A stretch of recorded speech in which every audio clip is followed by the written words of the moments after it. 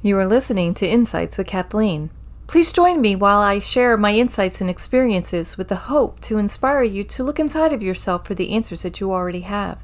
As with all information we receive, take what speaks to you and leave the rest. Okay. Hey, welcome back. What's up, guys? Hey, how are you, Sherry? I'm doing great. How about yourself? Not too shabby. Not too shabby. Yeah. Oh, that's great. I hope all of you guys listening are doing great as well. Yes, right back at you. Right? Everybody, great big hug. Oh, big squeeze. It's almost like your favorite, give your brain a hug if you're not feeling well, and we send you love and light. That's Amen. That's like your favorite thing. Yes, it is. But thank you for saying it for me. No problem. No problem. I love that. So what's going on, Sherry? All right. So, Miss Insights with Kathleen, I have a little bit of a, not so much a question, but so much as something I've experienced, and maybe some of you listening have experienced this too. I have a love-hate relationship with my body. For the longest time when I was younger, I kind of, suffered with just not eating and almost like anorexic. I wasn't diagnosed, but I just would count calories. I would exercise all the time. I was really bone skinny, and I was just oh, this is healthy. This is great. And then I went on a medication. I gained a bunch of weight. So my weight has never been consistent.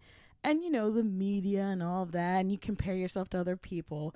And I just want to ask, how do you learn to accept your body, to love your body? Because a lot of times I'll see ads and fitness things of I used to look like this and that was gross, but now I look like this. And sometimes I'm because I'm a larger person, I'm should I be doing that? Is that something I should aspire? I don't know. I want to learn to kind of just accept my body. So. Wow. I think, first of all, thank you. Thank you for sharing that. Oh, of course. That's really intimate. Right. I mean, I know that you share a lot of intimate things about yourself with us, and I truly appreciate it, and I hope those who are listening appreciate it as well. I think that this topic does touch a lot of people, and you're right. The media does put certain some high bars out there, right? That we all need to look a certain way, which is so funny. It's how come they couldn't have put that bar that fat was beautiful, right? Right. I could eat. I could do that. That was so easy. But here's the thing.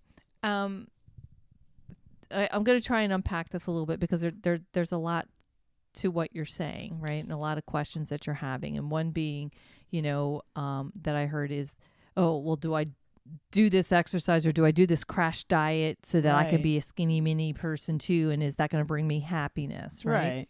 First of all, for anybody listening and for yourself, always check with your doctor first before you do any diet. Right. Before you do any exercising. Yeah. Just to make sure that, you're in a good spot to do it, and then follow their direction, or their advice anyway.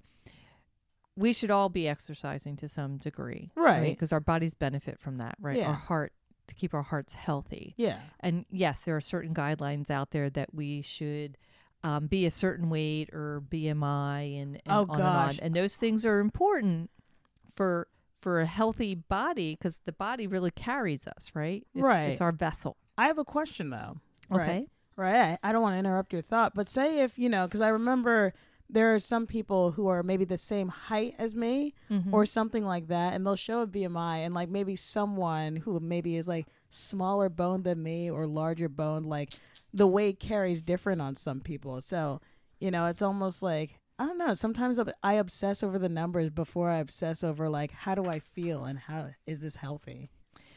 Yeah, so that's where your doctor comes in handy, right? So that's definitely a good conversation to have with your doctor. Yes. But in the meantime, I mean, while you're still figuring those pieces out, right? It's good to get out in nature. It's good to go out and have a walk. If there is any kind of movement you can do for yourself, you do that, because it's going to do a couple of things. And I'm going to get to this other piece of it, so I'm not going to focus just on exercise, right? Right. Because that doesn't really solve it in the short term. Oh, of course. Yeah. Your question. But it is something long term, and exercise is really important just to keep your body fit. Right. I mean, golly, I'm going to really age myself. So I don't know if you've ever seen this comedian, John Belushi. Oh, I know John Belushi. Yes. Yeah, he's like from Saturday Night Live or Right. Animal House, and he was a big guy, right? Yeah, he's a But- larger fella. Yeah, but you watch him on some of these movies, and he's doing these backflips, and you're like, "What the hey? Like how? Right. How? Right. Exactly. So apparently, that's something that he just kept up, Mm-hmm. and who knows why he was as heavy as he was, and what choices he's made there. Right.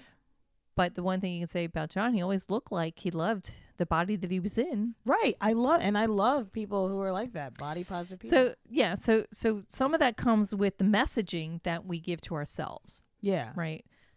Now that I have that whole piece out about the whole exercising, it's really, you want to work your heart, you want to make Right. sure your heart's healthy, Yeah. so that, because your heart is your most significant organ, I would say, in Oh, your of course. body, because if it's not pumping the blood to all the other stuff, I mean, the other Right. stuff just kind of kapoots, right?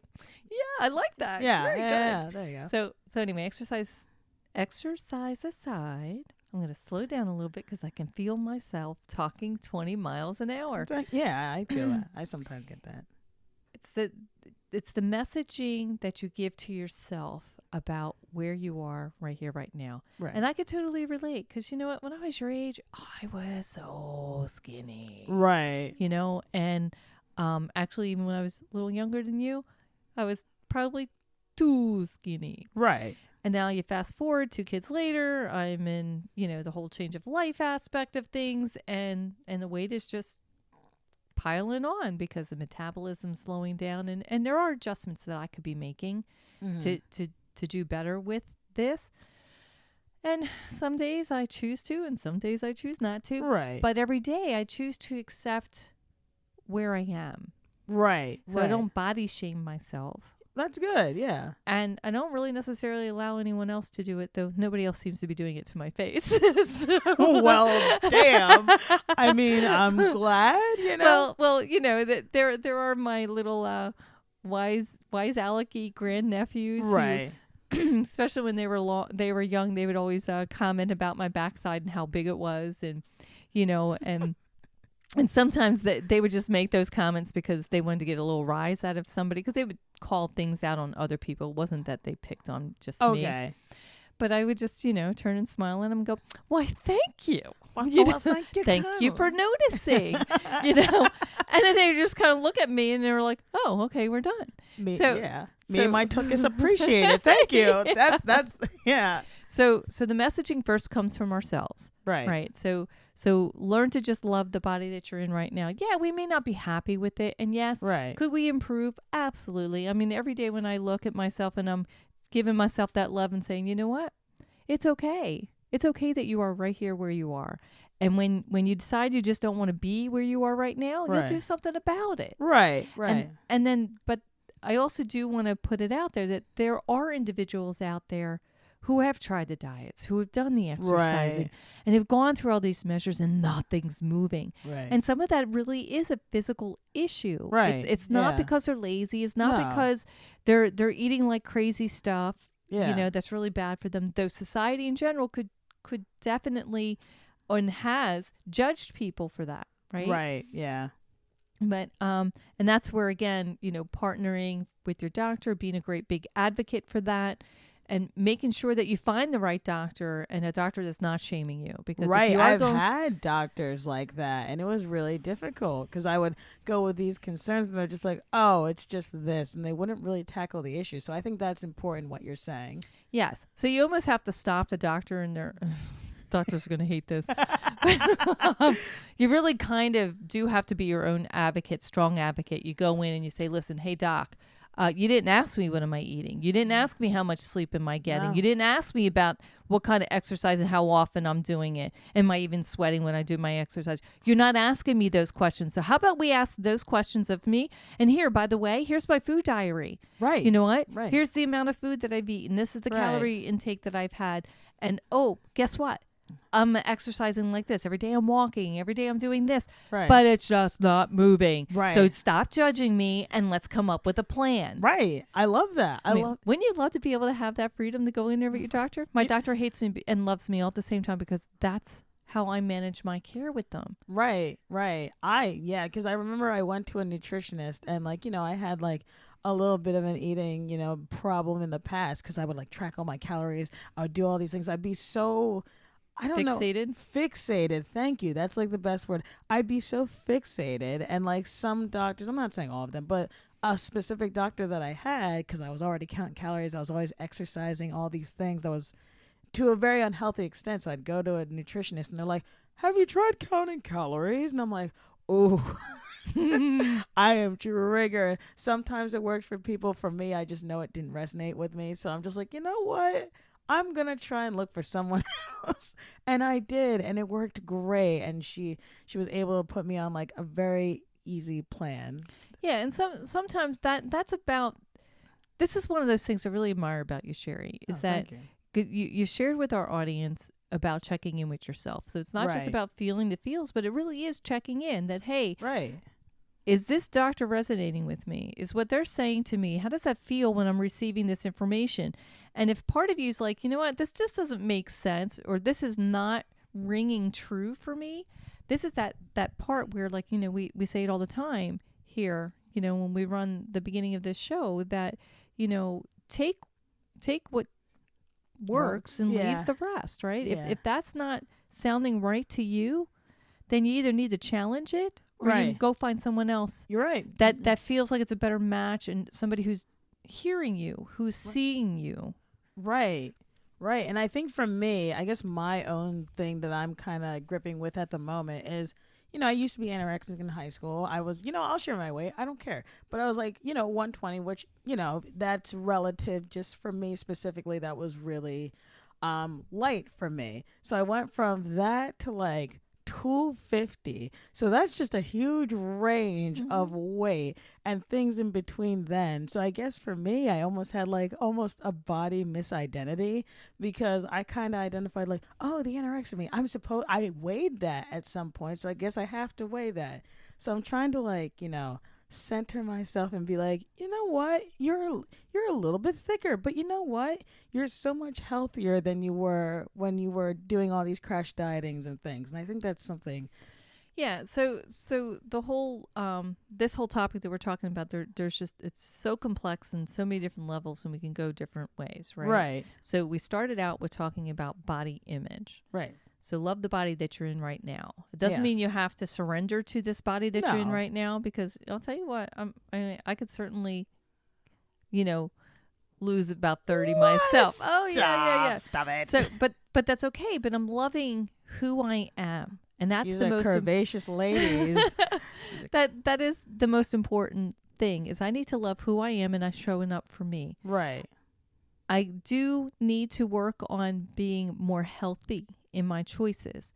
And some of that is just moving more, because, with this whole quarantine thing that we've been in for a year, like my movements have slowed, because I don't have that opportunity to step away from my desk and get the exercise, or walk somewhere to go see and talk to someone else. So when I was going into a work building, I was getting a lot more exercise that way. So now I need to make more of a conscious effort to fit that movement into my day a little bit more, right? Of course. And I know that once I do that, then what I feel like is excess that maybe I don't feel so good about because I liked the size I was a year ago. Right. Then that's my choice. Like, once I get moving, and I know once I get moving, that's going to go. Right. It's going to move. So that's one thing. But every day, just get up and say, hey, I'm beautiful. Inside and out, I'm beautiful. Right. And hopefully you guys don't hear my dog barking, but she says hello. The little Lily Pad says hello. So the thing is, now you have referenced about being anorexic when you were younger. Right. And it's funny that you say that, because like I know that when I was younger in high school, apparently I was anorexic and didn't know it, because back when I was in high school, anorexia wasn't even a mainstream term. Right. Like, we didn't even know about eating disorders then. It wasn't until some big pop star passed away from it, and then it started to become a little more mainstream, and people were starting to pay attention to it. Yeah. But what is that when we say being anorexic? A lot of that has to do with any eating disorder, and sometimes whether it's being anorexic, bulimic, or just gaining weight. So like I could share part of my personal story along that lines, right? So for me at that young age, that came in with the fact that I had very little control over my environment at home. Right. No, me Right. So too. what can you control? You can control what you do with food.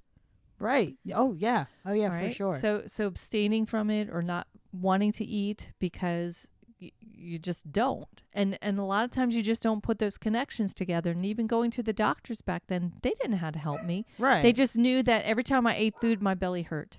So they gave me medicine so I could eat food. But nobody once said, well, what kind of food are you eating? Right. What time of day are you eating? Yeah. How much are you eating? Are you sleeping? How much sleep are you getting? I mean, I think I slept my whole senior year of high school. Wow. Okay. I think I just remember coming home between my junior year and my senior year of high school, and I would just crash.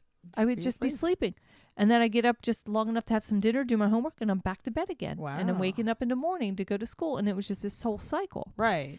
So now you fast forward and you go and then in my 20s, probably still yet a few years younger than you are right now. You're such an old lady. I am an old lady. No, Go you're on. not. No, you're not. Then I started to gain weight because now I'm out of that environment. I had an opportunity to go somewhere for a few months.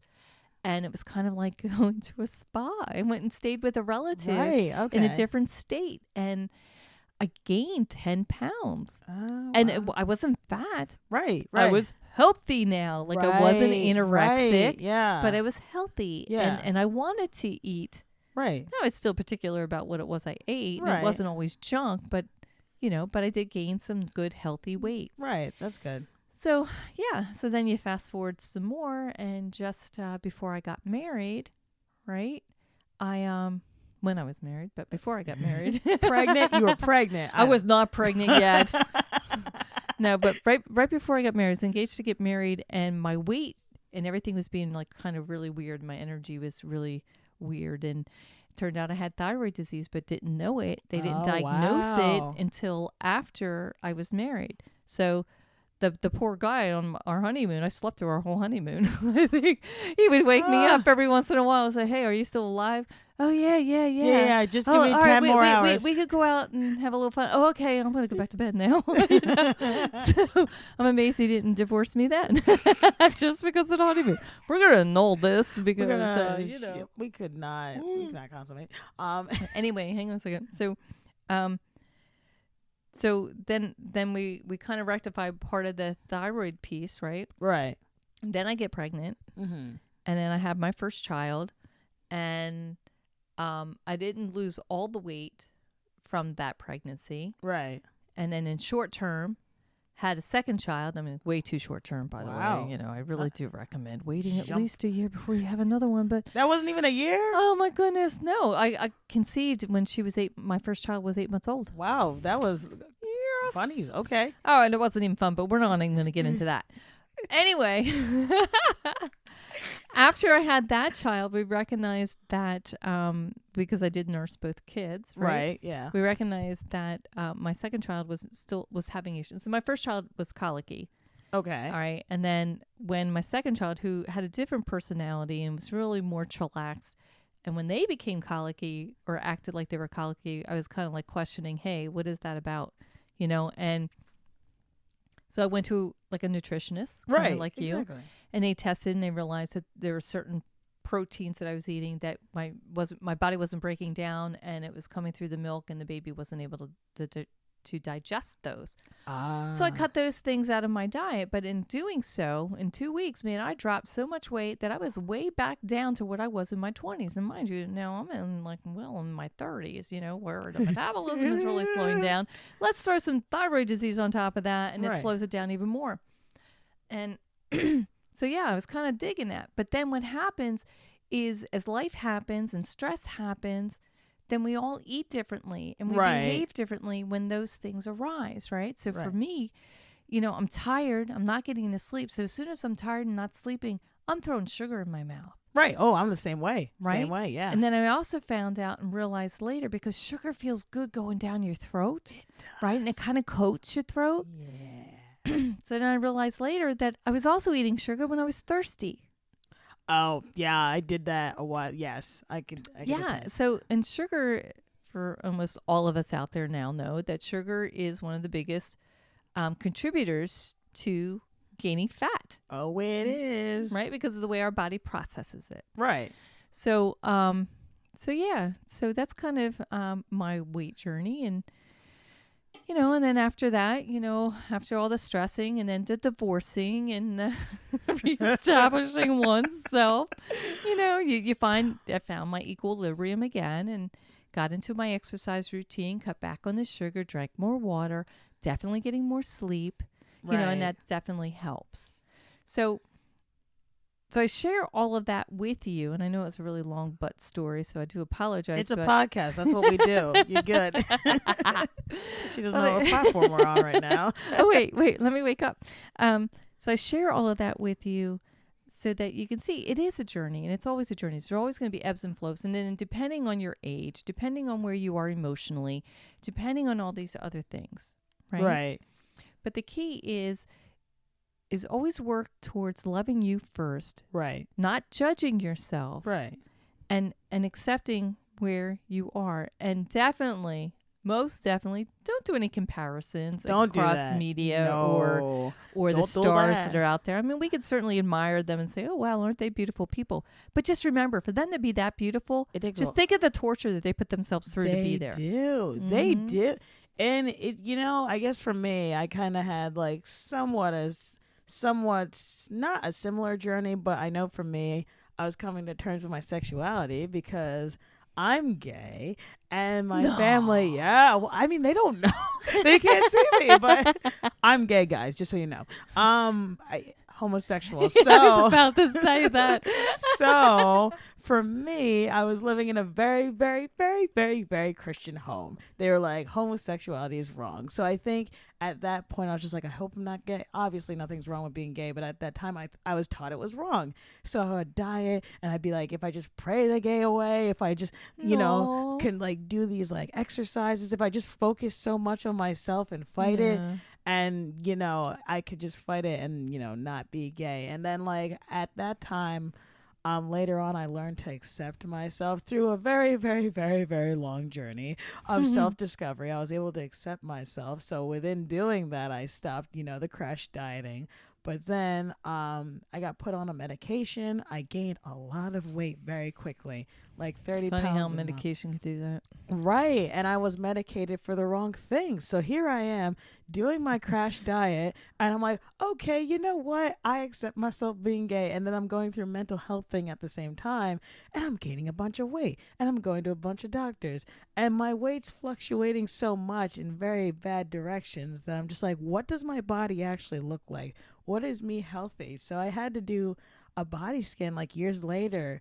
I went to a nutritionist and she's great. She's just like, just walk, eat right. Like that's what worked for me. And I lost like 30 pounds. So yippee. Yay, congratulations. And you look great. Ah, thank you. And here's the other piece of that, right? As you're talking and sharing about coming to terms with certain aspects of yourself, right? Because of certain judgments that our families could put out there. Right. And I'm sure that there's people out there who have parents who are like, you're too fat. Oh, yeah. Now you're too skinny. Right. Yeah, you're just too fat. Why don't you do something about that? Right. Well, you know what? Hey, they're entitled to whatever opinions that they want to have. But what I encourage you to do with that, instead of taking that in and owning their stuff. Right. Try looking at it with a different level of compassion at them. Like, oh my goodness, if they're putting a judgment down on me, how much harder are they judging themselves? Right. And And if you're able to do that and push it back that way, then there's less of a chance of you actually absorbing their words and then feeling worse about a situation you're already in. Right. No, I like what you said, and I almost wish you could expand of like on like, kind of taking someone's words as almost a reflection of themselves sometimes. Because I know I work in customer service and I've been called many names before, and I almost like have to do the compassion thing of like, I think it's more of a them thing. They don't know me, obviously. They don't know anything about me. It's just I'm the first person they see while they're like this. So I liked what you said there. Yes. Yeah. And I think that that's that's why it's harder when family does it to us. Right. Because we live with them. Yeah, it's right? hard. Oh my so, God, for so sure. they grew up with me, or I grew up with them. Right. And so now you're lending them a certain level of authority, right? Oh, well, they must have the authority on me because they lived with me. Right. And, you know, almost like that point you're saying, that makes a lot of sense, because I remember when I was like kind of anorexic and losing but I dropped so much weight, and my family's like, wow, you look so good. Look how good you look. And I'm over here dealing with my sexuality and trying to get their approval with that. And then they're like, oh, they approve of my body. Well, if I do this, maybe they'll still love me. And that's like the mentality I had when I was younger. Well, you know, and that's a mentality sometimes that we carry through to adulthood if we don't get those issues resolved, or if we don't come to terms with that kind of an issue, right? Right. And that's why it's so important too to have self-love, to start receiving the love from yourself first. Right. Because that's what sustains us when we feel like we're just not getting that approval and love from our network of family, right? And when you have that self-love and you're carrying that self-love and acceptance for yourself, right, then hopefully you feel so rooted and grounded in that it doesn't matter what anything on the exterior of you is coming at you. You can just be like, oh, you know, I have a level of compassion. They're still struggling with something. So they see something in me that reminds them of themselves that they're not happy with. Right. So grace of healing to them. Yeah. And then, you know, just stay in your lane of peace if that's possible. That's not easy to do. It's not. None of this, I mean, I may make it sound like it's so easy. Because Trust me, smooth voice. this is not easy. It does. It takes it's a practice. And that's why they call it a practice, right? Right. And I don't want to slip in another question, but it works because it ties into this. So a thing that I struggle with, I struggled with my body image until at some point I was like, you know what? I feel the healthiest and the best I've been in years. And I don't care what the scale says. I myself feel healthy. So I think at the end of the day, with all this, just focus on being healthy, and the losing weight's almost a byproduct of that, not the other way around. Exactly. Yeah, and I think for me, because you were talking about, like, you know, how family will say things to you that will get to you. And like sometimes that happens with me. That sometimes happens with me with other people. And I almost you always have this saying for me, and I love this saying, stepping into yourself. And I've heard the term being unapologetically myself. And one thing that I will praise Cathleen on, that I love so much about her, is she could fill up a room. And not only that, but she could be unapologetically herself in such a way that she's just like, oh, sorry, I said this. You know what I mean? But not in a disrespectful way, but just in like, I just admire the confidence and that you exude. And I'm confident to an extent, but I can't sit here and be like, I said it. And that's what I almost want to be like, how do you do that? Well, you know what, sweetheart? You're not on a pedestal, all right? No, that is one thing I was going to say. That actually comes with age, and it's so funny. Because I remember hanging out with my parents' friends, and of course, you know, my parents are like they're really old, okay? They're 20, they're old. They're old. When I was in my 20s and kind of feeling like what you're saying right here from that perspective, so that's why I'm laughing, because I'm like, oh my goodness, you just hooked me all the way back into my 20s, and I love it. I love it. So my dad's friends who this one particular couple, they didn't have any children, and we were really, really close with them. Okay. And his name's Harry, and Harry, may he rest in peace, because Harry is just he's a gem. But Harry would always come and goes, if I knew then what I know now, you know, blah, blah, blah, blah. Right. But what I've come to find is that when you get to a certain age, because you've put in all the sweat and tears, because you've put in all the struggle, right, and because, you know, you're just growing and maturing as a person, right, then at some point you finally step into yourself and you're saying, hey, you know what? I've tried doing it everybody else's way. I've tried it this way. You know, I'm me. This is me. Right. This is me. Right. Deal with it. Right. But that comes with age and experience. Not to say that you have to wait until you're 50 plus to get there. Right. Though a lot of people, that's when it seems to happen, because when they get to that stage of life, yes, they feel like they're heading down the downslope now and heading out the door, right? God. So, well, you are not. So no, and I'm not saying that I am, but I mean, but there lends to that particular perspective. Right. Right? Because when you get there, you're just like, F this. Right. You know, because I've done all that struggle. Right. And where has it gotten me? Here. I wasted a lot of energy. But no, I don't even see any of that as a waste of energy. Right. It was an experiment. It was an experiment. And that's how I reconcile with the journey that I've taken, with the choices that I've made. Right? So you're going to get there. You really I will. want to get there now. But you know what, Sherry? You're there more than you even recognize. Oh, why, thank you. You're welcome. There was before we get too far away from this, I do want to say on the flip side of this conversation. Right. So we're talking about, like, if we're packing on a few extra pounds or we're feeling like we're really big and then try to reconcile with that and being happy. Well, hey, you know what? I got news for you. For those who are really on the thin fit side, their struggles on their ends too. You would never think it because especially if you're a heavier person and your dream is to be, wow, that fit. People who are unhealthy will shame people who are living healthy lives, who are making healthy choices, who are working out, who's doing more exercises.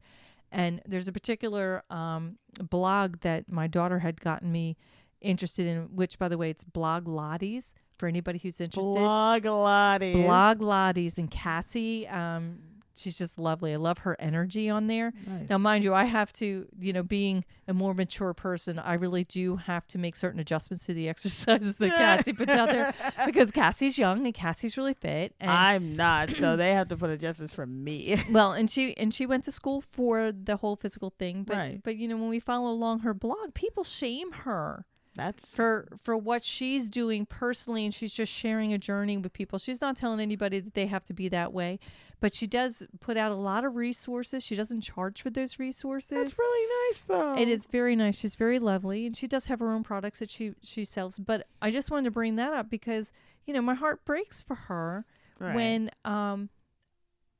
she's being shamed or she's feeling that level of shame from people, right? Because you know what? She decided that she just wanted to sculpt her body more.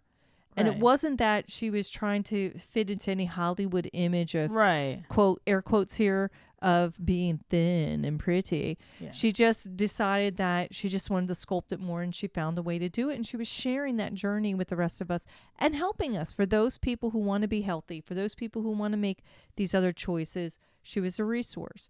So it doesn't matter which side of that coin you're on. It's just reconcile with yourself. Worry about you, love you, embrace you. Don't worry about the noise outside of you, because it really doesn't matter. They can't do it for you, right? And right? Yeah. So why should they be able to have a say in it? Right. I can I feel what you're saying with Cassie's blog or whatever, because I remember when I first did my first podcast and it was getting traction and buzz and just like my friend group at the time, they were just kind of like, this is bad and this is wrong and you should be doing this. So I feel like, there's always going to be people out there regardless of what you do. Yeah. And then what ends up happening if, bringing up your blog, right? So you have all these people giving you all this kind of feedback, right? But you being the generous person that you are, and then also still trying to figure out where's your power and stepping into your power, right? You're kind of like being like this weed in the wind and being blown all over the place from their comments, because you're like, oh my goodness, I guess I got to do it this way, but it doesn't feel right, but I'm going to try it this way because they're saying I got to do it this way. And then I'm doing it this way, and this is just not working, and this is not resonating. Why? Where's Sherry? Where is she? Where did she go? Right? And then once you said, oh, I'm going to put these earplugs in, right? I'm going to tune them out, right? And I'm going to do what feels right for me, right? And then it changed for you, didn't it? It did. I kind of changed the lens, and I'm not over here being egotistical like they're just jealous, but I think at the time, because it was getting so much attention, they're just like, well, I want a piece of the pie. I'm gonna, you know what I mean? It's sometimes that happens, I feel like. Yeah, well, it does, and I'm sure that other people listening could almost, could come up with a similar story, right? Where you feel like you're really into something good, something's bringing you joy, and you're doing it, and people outside of you, either because they're seeing all this joy that's radiating off of you, right? Maybe they're the negative Nellies, or maybe they wish it was happening for them, and now they all want to have a say, and somehow by them giving whatever feed input that they're giving them, Yeah. that may be bringing them power in some way. And Yes. that power may show up for them, or that reward shows up for them in how we react. So if we're not standing in our full power, Right. then they're going to get something from us because there's a reaction that we're giving that feeds Oh, into yes. that. Yeah. But if you're standing in your power and you're like, oh, well, thank you so much for that input, I'll take that into consideration. And then you just let it go, and it was just your polite response, like, oh, well, that's a very interesting way of seeing things. You didn't agree with them. Right. But you did let them know you heard them. Right. Right. So that was loving of you and loving of them. And then you just ignore it. You just leave it at the door, right? Because why? Because that didn't resonate with you. Right. So you're leaving it. Yes. Yes. If it doesn't resonate with you, leave it. Yeah, that would happen to me a lot. And I remember I was first doing content creation, and like, I wasn't as confident, and people would do that. And it was until I stepped in my full power and I was like, you know what? No, this is my show. If you want to have a show, go make a show. Say, I don't like Sherry's podcast. I don't care, but this is my show and my say. And at the end of the day, it doesn't matter whether it was right or wrong or indifferent. It was something that brought you joy, and that's why you were doing it. Exactly. It was just for me. It's funny. I think the reason why I touched on like standing into yourself, or I guess standing into yourself, because I have a friend and I admire this friend so much. Hi, Sharon, if you're listening. She's great. And like, hi, Sharon. She's great, and I admire so much because I went to school with her, and this woman is just like, this is me. I'm not changing. I don't care. I'll be respectful of you, but this is who I am, and I'm not apologizing for it. And I think it intimidated a lot of people at my school. Sure. So they would just be like, what? She's weird. And I'm like, no, I like her. She's like, I want to be like that. So I kind of look up to this person and say, yeah, because you know what? What? What Sharon realized? What? That Sharon is the best Sharon. Right. She's the best person to be Sharon. Right. No, you're right. Right? She would not be so good as being a Sherry, but she's better at being Sharon. Right. And just like you're the best person to be you. Right. No, right? So why would you want to be somebody else? Right. And when you watch kids, and as I watched my children go into grade school, right? And they start trying on these other personalities. Yeah. And they come home and all of a sudden you see this different person. And you're just wait like, a minute, where's my kid? Interesting. Who is you? this? You are not the child that I left off at school earlier Right, today. right. Who are you? Where'd they go? But that's part of being human. It's part of experimenting. Like you admire a certain trait in someone and you're like, I kind of like how that looks. I'm going to take that home and try that on. For me, and I still remember this. Right. All right. And this is saying something. Okay. First grade. You remember first grade? I only remember portions. But this one portion was the teacher, Miss Costigan. What a name. I know. I'm amazed I could even still say it. She bit her fingernails. Okay. But she would be writing on the chalkboard, and she'd get all this yellow chalk over her hands. And for whatever reason, that stuck with me. I liked it. You liked the chalk on her hand? I just liked how her hands looked. Oh. And it could just be because I liked her as a person. Okay. She could have been one of the very first people that I kind of felt safe with outside of home. Aw.